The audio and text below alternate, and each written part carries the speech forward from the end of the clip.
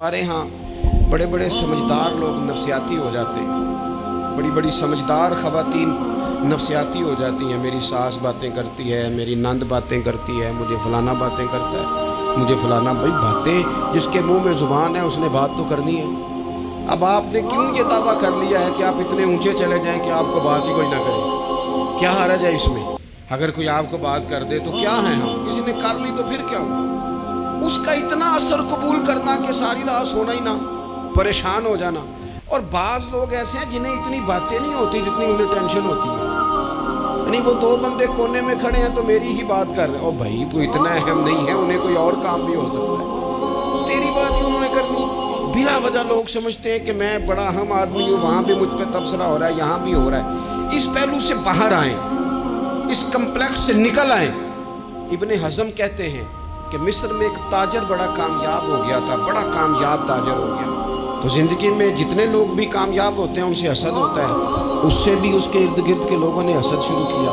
अब ताजरों ने प्लानिंग की कि इसे ख़राब कैसे करना है।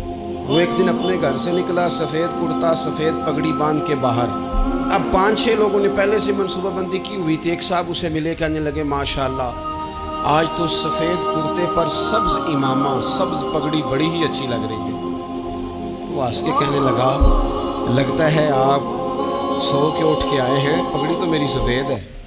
उसने कहा चलो पगड़ी तो सब्ज़ी है, बाकी आप नहीं मानते तो आपकी मर्ज़ी। वो आगे बढ़ा, तो अब क्योंकि प्लानिंग थी तो एक शख्स और मिला। उसने कहा क्या बात है, सफ़ेद कुर्ते पर आपका पीले रंग का इमामा क्या जचता है। उसने कहा यार को खुदा का खौफ कर। हंस के कहा क्या हो गया, तेरी ऐनक का नंबर तो नहीं तब्दील होने वाला हुआ? और भाई मैंने तो सफ़ेद कुर्ता और सफ़ेद ही इमामा बांधा है। अब 2-3 लोगों की दफ़ा तो वो मुस्कुराया, लेकिन वो ढेर सारे लोगों ने मनसूबाबंदी की थी। वो जब चौथे के पास गया तो उसने भी कहा कि क्या बात है सफ़ेद कुर्ते पर पीले रंग के इमामे की। उसने कहा पीला कहाँ है? अब वो गुस्से होने लगा। अब वो छठे के पास गया तो उसने कहा जनाब क्या बात है सफ़ेद कुर्ता और काला इमामा। अब वो गुस्से में इतना बावला हुआ कि पहले हंसा फिर रोया, फिर उसे समझ ना आई कि दुकान का ताला किस चाबी से मैंने खोलना। बस वो शाम हुई तो उस बेचारे को बच्चों ने रोड़े मारने शुरू कर दिए। वो इतनी तकलीफ़ में आ गया कि लोग उसे पागल कहने लगे। क्यों?